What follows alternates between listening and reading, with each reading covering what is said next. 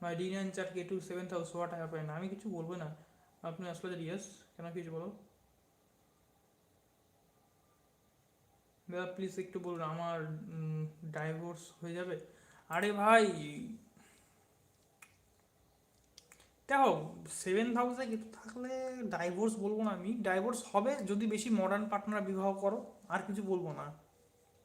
সবাই হয়তো বলে দেবে খারাপ, কিন্তু আমি মনে করি একটা ভালো পার্টনার যে রীতি রিচুয়ালস পালন করে, ঠিক আছে, নিজের যে বেস, নিজের যেটা শিকড় সেটাকে নিয়ে বেঁচে থাকে, এমন কোনো পার্টনার পেলে তবেই ম্যারেজে কোনো রকম প্রবলেম হবে না। কিন্তু যে হাওয়ার মধ্যে উড়ে উড়ে বেড়ায়, যার পা হচ্ছে মাটিতে ঠেকায় না একদমই, মাটিতে পড়েই না যার পা, সেরকম কোনো মহান পার্সনকে বিবাহ করলে ভাই, তাহলে ওটাই হবে।